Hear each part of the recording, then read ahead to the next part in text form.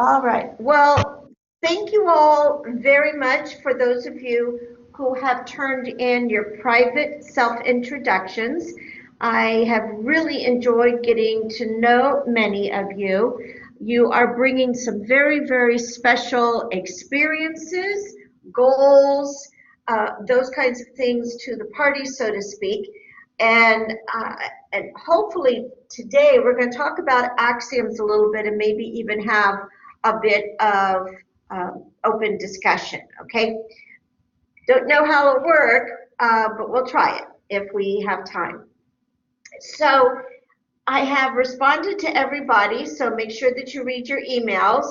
And some of you have asked for information, which I have now sent to you or forwarded on to people who can assist you, okay? So I wanted to start off with some reminders, and I know that the schedule can be a little difficult to figure out at times, so by always starting with reminders, it helps to keep you on task. And I know that that's one of the reasons why people enjoy seated classes better than distance, all right? So first of all, if you have not completed the orientation quiz number 1, please make sure you've done that. Otherwise, regardless of what you've done in the class so far, I am required to drop you. Okay, so make sure that's done. The second thing is the course quiz, number 2. That's very important because it's going to be a review of some of the things I talked about in the orientation, and it's going to be very specific about how to respond to the discussion forums and the journals. So take the time to read the syllabus carefully, all the processes and procedures, so that when you take that quiz, you're getting 100%. If you don't get 100%, you need to go back and figure out why not, so that you can be sure to be doing those assignments correctly. All right. I need to remind you, some of you have sent me emails on your private email accounts, and I will not respond. According to the Sand Hills Community College policy to protect our internet, we need to make sure that we protect against any hackers or outside influencers. So the policy is to only communicate through SEC email, which I will be doing. All right. Second thing is, as we move into our lecture today, I want you to start thinking about the term project, okay? So let's think about that for a second. Your job is going to be to identify the other. The other is the term that we use in IPC, basically all communication studies, to refer to anybody who is not you, who is different from you, significantly or not. The more different from you, that is a significant difference, oftentimes can cause some issues or conflicts. So remember back to the diagrams I gave you on noise. So I want you to be thinking about who is it that possibly you would like to learn more about, so that you have a higher degree of comfort when communicating with them. And what you're going to do is use a couple of IPC terms, practices, or theories to help you get to know the other better. Now, the other has to be somebody who originates outside the United States, all right, is not born specifically in the United States. And that other should be somebody that if they come and visit the United States, you are a little bit concerned about your interaction. Or if you travel to where they live outside the United States, you are going to have a higher degree of comfort. You can get past what's known as culture shock. You can look past the way people are dressed, or the color of their skins, or their tattoos or piercings or clothes or lack thereof, their gender identity. You can look past those things and learn how to really get to know the heart and the head of the person, all right? And some of the techniques that you can do that is what we'll be learning about in the course. So I'm going to be giving you a lot of stuff here throughout the course that you can utilize. So be thinking about your term project, because that is going to be, your proposals will be coming up soon. All right. So today I'm going to define specifically what is interpersonal communication and the means to help you differentiate it from other types of communication studies, all right? Because a lot of times people misunderstand what it is. So we're going to put some parameters around what is the relationship so that you can recognize whether or not it's IPC or not. Sorry, I have to. All right. We're also going to look at the functions of IPC and how those functions satisfy your needs and help you achieve your personal goals. These are all interrelated. So I'm going to identify them, describe them. You're welcome to follow along in the book if you like. We are in section 1.3.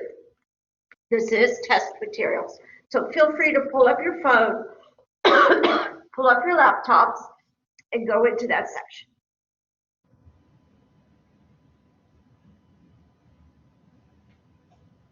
One point three.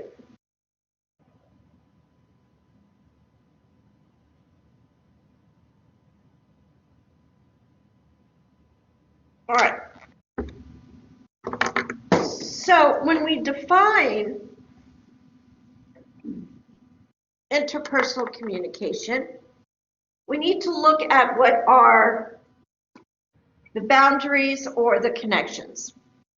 Okay, so the first thing we want to recognize is that, as we've already talked about some of these, there is a channel for the communication. There is a message that involves either the heart or the head. All right. There is somebody who's going to send it and somebody who's going to receive it.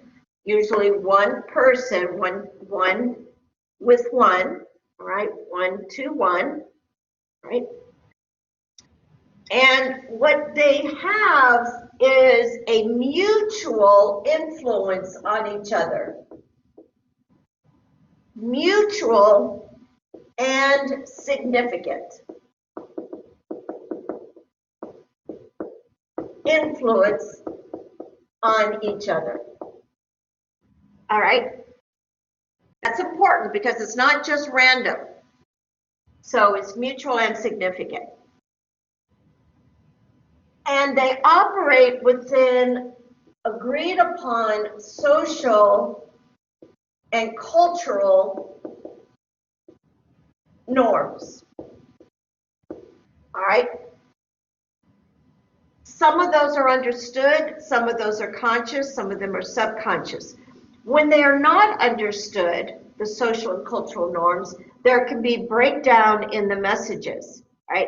So this is going to be important for there to really be an interpersonal relationship, all right? And that relationship means that there is a bond. Okay, there's a connection and a bond. That's very important. Additionally, there has to be some degree of interdependence. And you can see it can't just be random. They have to depend on each other for some reason. And most of it has to do with their functions, their needs, and their goals. Okay, so that interdependency is very important. All right, now let me give you an example of what it is not, and then demonstrate how that connects to what it is. If I go to the grocery store, go over here to Harris Teeter, and I see an employee at the store, and I have a function, instrumental function, I need to find out where a product is on the shelves in the store. So I've got a goal, I got to get the product I want, and it's a need right now. So when I go up to the employee and I ask where something's located, and that employee directs me to where it is, that is not interpersonal communication. Okay? That's not. But here's where it does become interpersonal communication. If I go up to that employee and that employee is a student in my class, at that point, we have a relationship outside of that experience. And that relationship outside of that in-store interaction does have some social and cultural norms. There is some mutual and significant influence on each other, one being a student, I being the teacher. There is a temporary bond, possibly long-term bonds, if the teacher and the student, if that employee and I, have known each other for a long time, take a lot of classes from me, and I expect to see them in future courses. Okay, and there's that interdependence. So how I respond to that employee in that moment, and how that employee responds to me in that moment, even though it has nothing to do with the course, the interchange, the message, even though it has no direct relevance to the course, it's going to be important that we maintain or protect our relationship. So the employee is probably going to call me Ms. K or Ms. Kruska, all right, instead of hey you, right? I will probably call the student out by name as well, if I remember the student's name. I am going to smile.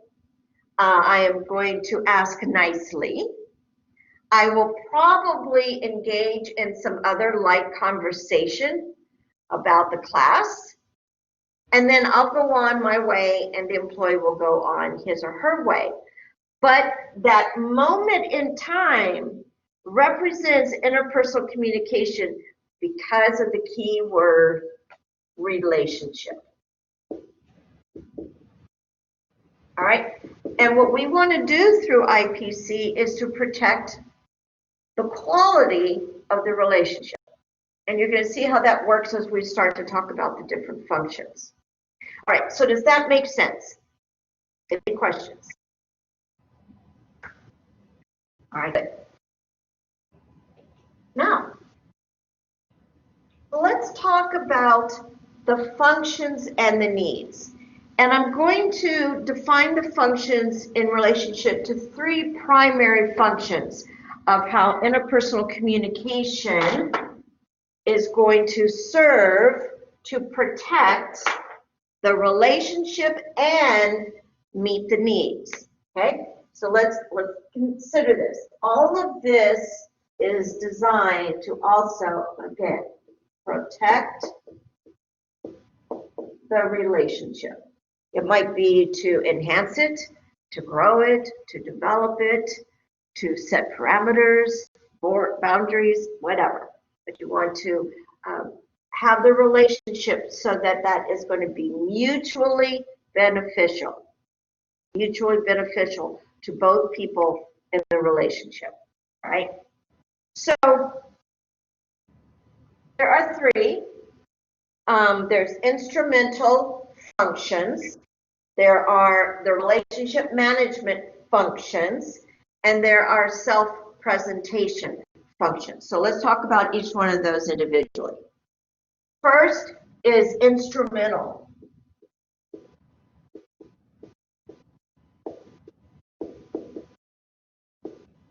all right? When we communicate with each other in an instrumental approach, we are doing it because the need and the goal is to get things done. And you can see how that plays a part in, spouse relationships, teacher-student relationships, best friend relationships, work colleague relationships, etc. Right? So you got to get things done. You got to meet the goals. You got to take care of things. Now, you want to get things done in both long term, all right, as well as maybe day to day or even minute to minute. So it could be something that you're looking at far in the future, or it's looking at just in the here and now. Instrumental communication also is going to help you to gain compliance. You're going to get comply. You're going to get somebody to do what you want them to do. Right? You're able to gain their compliance. Right? You're able to get them to do what you want them to do. But it's also resistance. It also can enable resistance to compliance. All right, I'm going to give you some examples in a moment. An instrumental goal to get things done might be to ask questions and or for help, support, emotional or physical, right? And it also serves to give answers, all right, and help.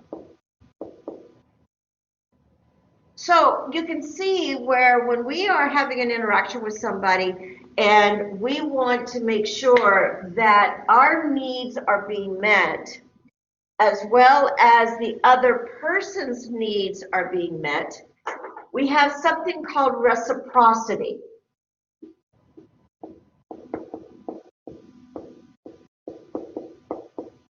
There's an expectation that if I do something for you, you're going to do something for me, all right? Not as a favor necessarily, although that could be a gaining strategy for compliance, but generally it's a give and take. So we're going to give, but we're also going to take. If one of those is off balance, then the relationship is going to suffer. And when the relationship suffers because one of these is overdone, then that's a great reason for why a couple or a group will go into counseling or therapy, etc. All right? So you got to be able to not only give and take, but also recognize that what's going on here with the people is that there might be complementary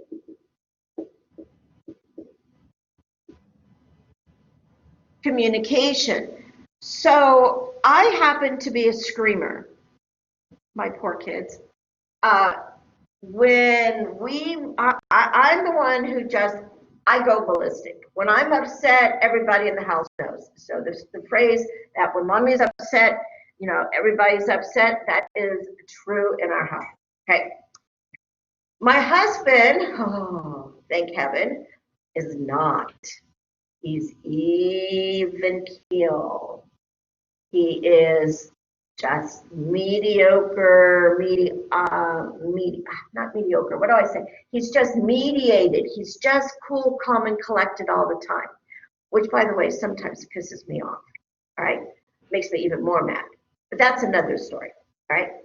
So there has to be some complementary, because if we were both screamers, oh my gosh, can you imagine the hostile environment for our poor family?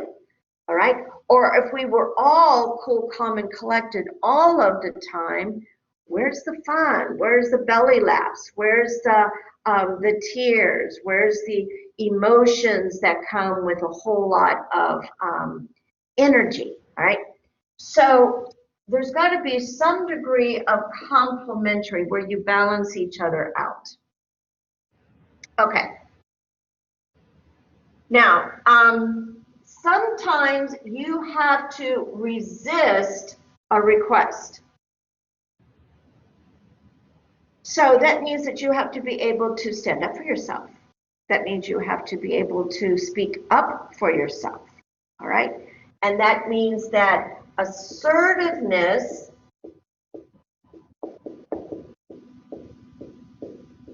in a relationship is very valuable, not aggressiveness.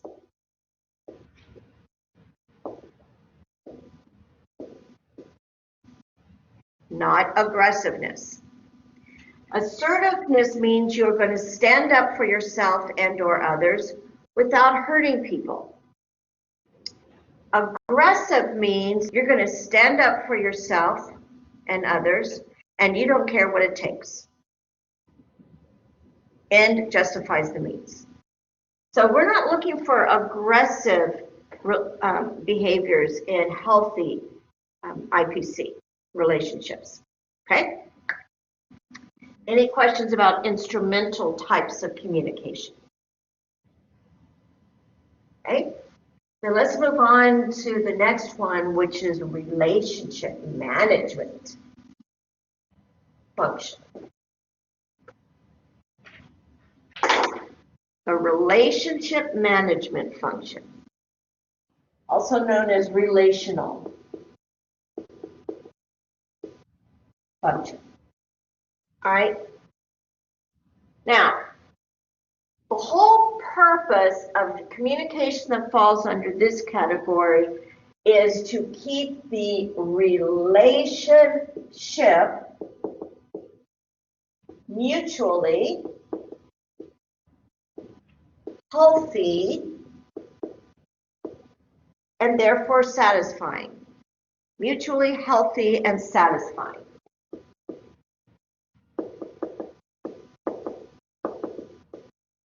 So then again, the needs and the goals are being met with some degree of balance.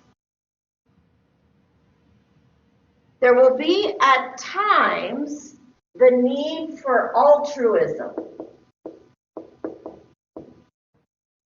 where one person might give a little bit more than the other person for a period of time.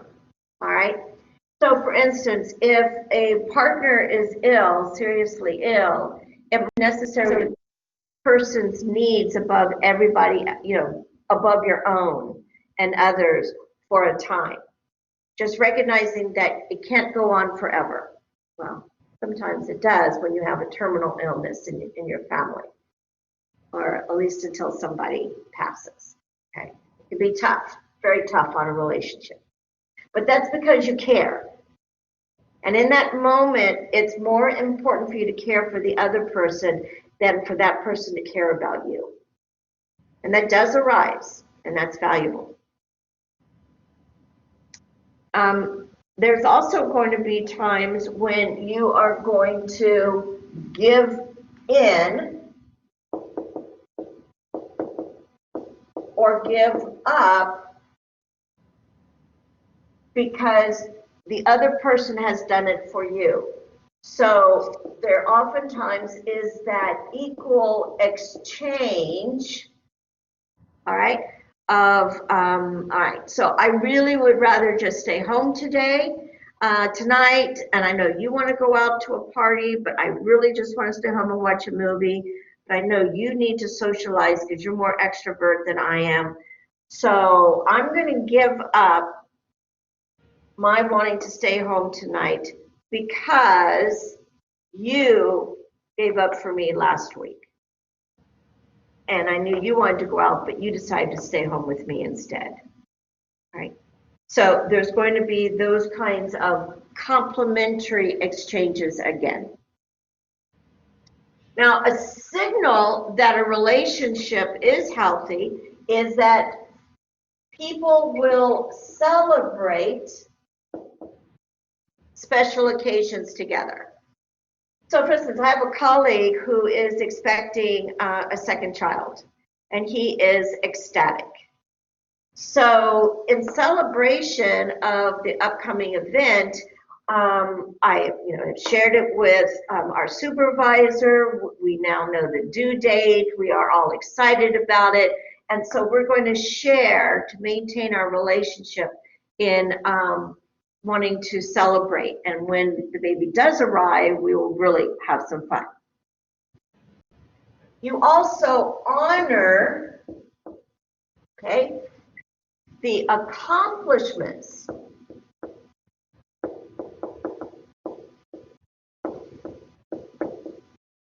of the other person. So if a person has been promoted, you're going to want to make sure that that person feels good, and you're going to say wonderful, wonderful things. Or you're going to celebrate by going out to a special dinner. If a colleague of mine has, in fact, just recently, one of my colleagues who is a teacher here is also working on his PhD at Pitt, University of Pittsburgh, and he just got published again. And so we are honoring his accomplishment by letting others know and celebrating his successes, because that's what you do when you're in PhD programs. You also spend time together. All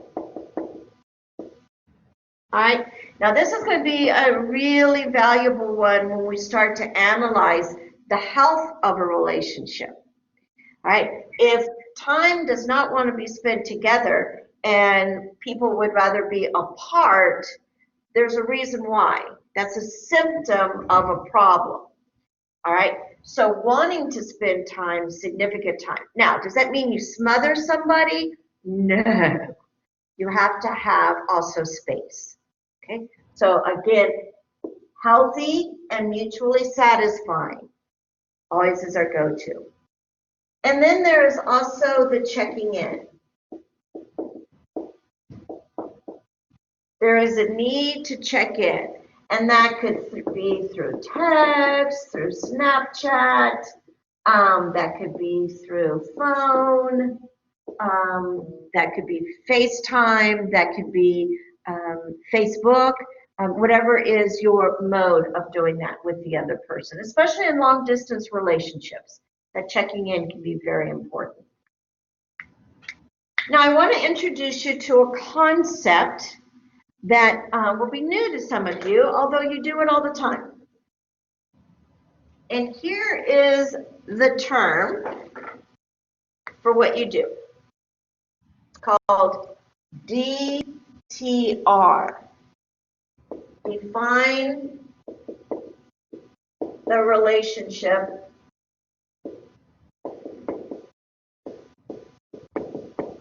talk. All right, and that's going to be important because maybe you are taking somebody home to meet a parent for the first time, and you're going to agree in advance, all right, I'm going to introduce you as my boyfriend. Are you ready for it? Because if so, you're going to get the 5th degree from my parents. Right? Or define the relationship talk maybe. We are going into this next meeting, and I'm going to introduce you to all of the managers in the room as the director of the project. So as the director of the project and the leader of the project, I'm going to be introducing you and positioning you as being the expert in the room. Okay? Defining the relationship talk. How do I talk to you and about you? All right, to others. And that then communicates to the outside world what the relationship is. Defining the relationship is also very helpful to define this and to make you're healthy and satisfying by establishing boundaries. If somebody crosses the line, says something that does something that's inappropriate for the relationship, you are going to have the talk. All right. So let's say you are two people working side by side in a job. All right. However, you also happen to be the supervisor of the shift. And another colleague starts to flirt with you and starts to make you feel very uncomfortable with the flirtatious conversations or even touching. All right. So you may need to establish a boundary by telling somebody, stop, I do not appreciate that touching. It's not appropriate for our relationship, or it's not appropriate for the workplace, or I'm uncomfortable with it. Please don't go there. You know, whatever is the talk. Okay. So those are really, really important. And sometimes you need to be very explicit or overt in what you say to the person. Don't beat around the bush. Don't hint. No, you come around and you say, stop. I don't like that. That's not appropriate. Now, that may damage the relationship for a temporary time, or it might forestall a relationship from moving into a direction it cannot go into. This is important stuff. As we start to talk later in the semester about sexual harassment, this is all part of that. All right. You know, whether or not you need to have the talk about, are you going to be exclusive in a romantic relationship with somebody or not?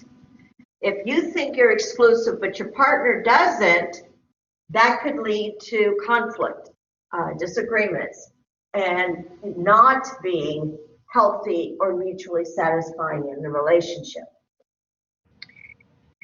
So now we're going to talk about the third function. And this third function is what we call identity.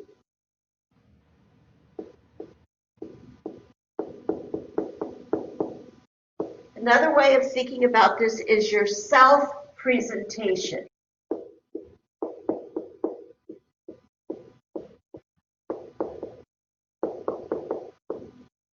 Oh my gosh, people make a lot of money doing this professionally as consultants. In your textbook, there is an association, it's called the Association of Image Consultants, and they teach their clients the ABCs of image. All right, so that stands for, what is your appearance? What are you choosing to wear? What tattoos are you choosing to get? What car are you choosing to drive? All right. So what do you want to appear in or appear as? What's your appearance? Also, are your behaviors. Do you drop the F-bomb all the time? Or are you really careful and do not cuss and never ever swear? All right. That is a behavior. What you say and what you don't say is a behavior. Right? And that could be nonverbals as well. So the behaviors are very important for everybody to you self-present the behavior for particular audiences. So you do with your appearance. So what you wear to the prom, what appearance you have, the language you use when you pick up the date for the prom at a parent's home, those are all image. Those are all how you are choosing to present yourself. Here I keep saying the word choice, how you're choosing. okay? And then C represents communication. All right? So what are you choosing to talk about? And this is content. Biases that you disclose.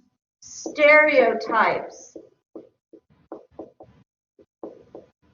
Now let's switch it to some positives. Kindness.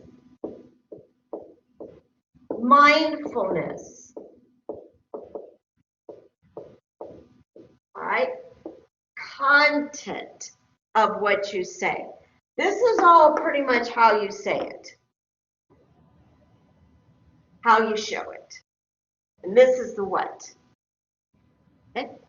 So you can choose your identity, even if your gender does not match your birth identification. You can choose your identity to be what you want, especially more and more in today's world. And that means then that you get to choose how you want people to perceive you, okay? Emphasis on the word perceive. All right? How do they understand you? Now, we use a phrase in management that says perception is more real than reality. That means that how people perceive you based on how they see you is more real than what you are actually projecting.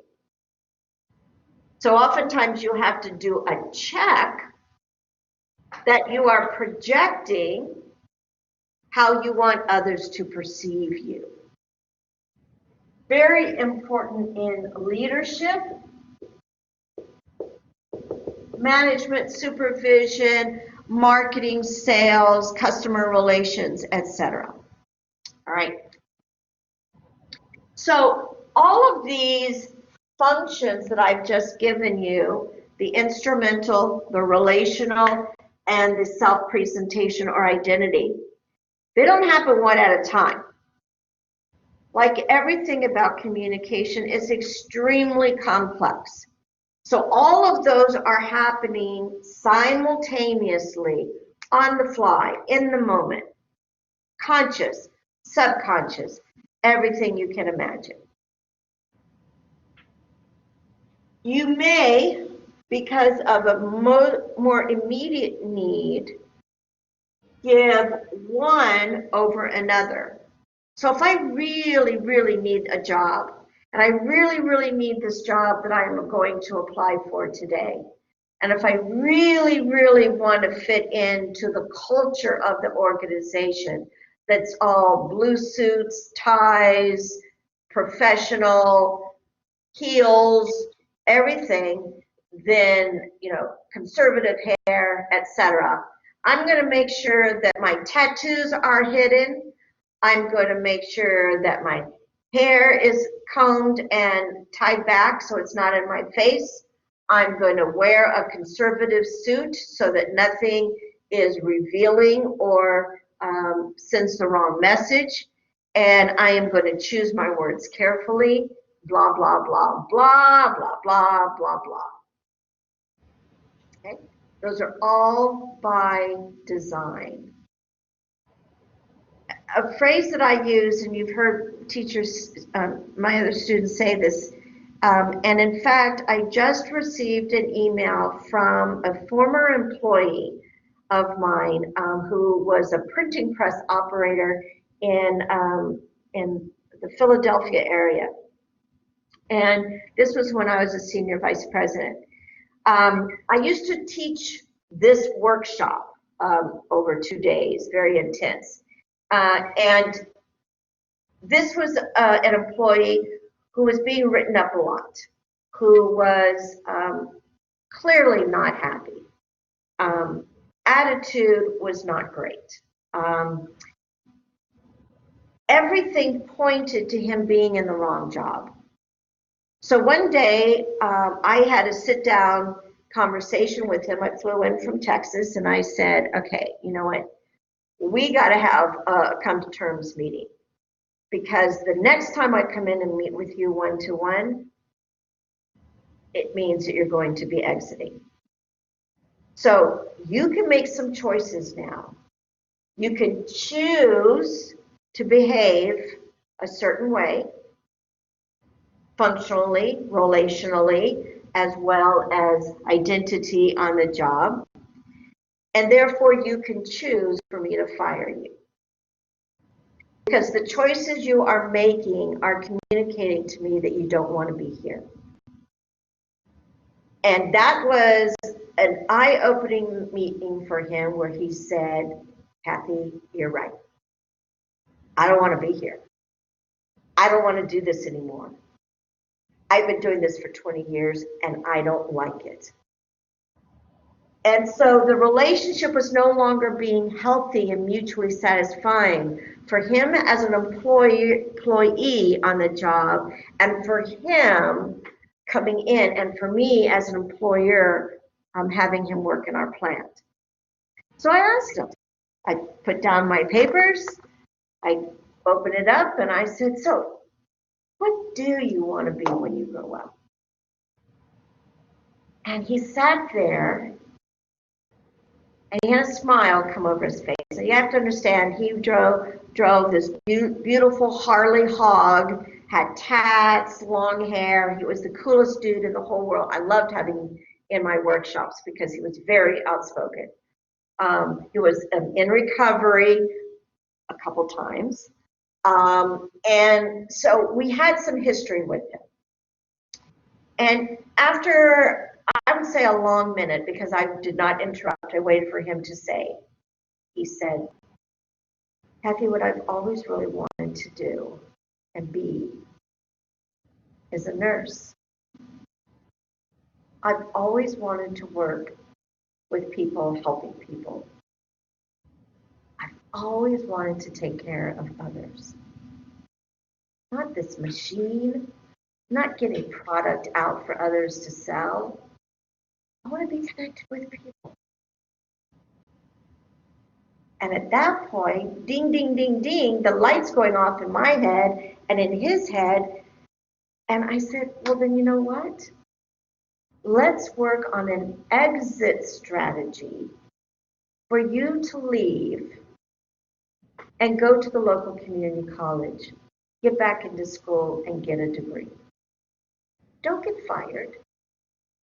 Let's you and I right now come up with a strategy, a step-by-step process to get you into the job that you want.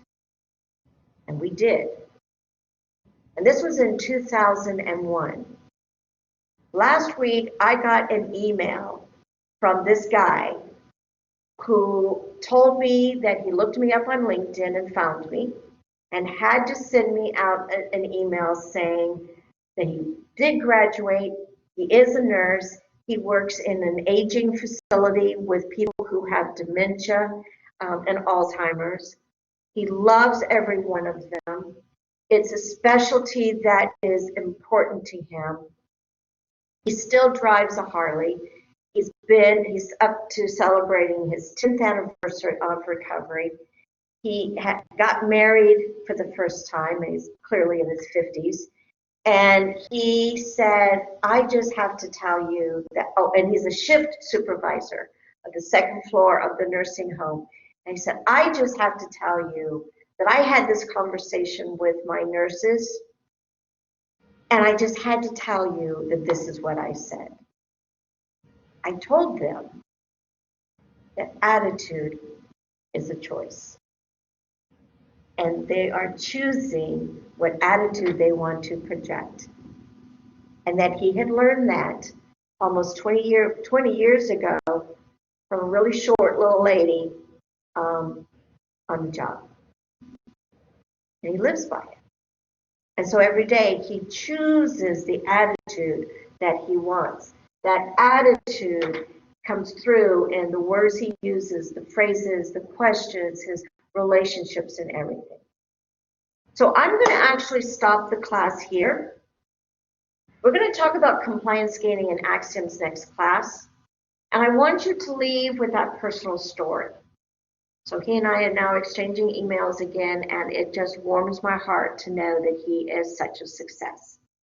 All right, any questions or comments? I know we don't have a lot of time. You're always welcome to send me a comment through email or a question as a follow-up. I will be posting this on our website. Remember, Thursday you don't come to class, but I'm going to have another lecture. And it's your responsibility to watch that video. It will be posted. You have to watch it so that you know what the lesson was. Okay, goodbye. I think next Tuesday, pay attention to holidays. We do have a long weekend for holidays. Thanks, everybody. Have a good day. You too. Thanks. Did anybody come in late by any chance? No. Okay, thank you.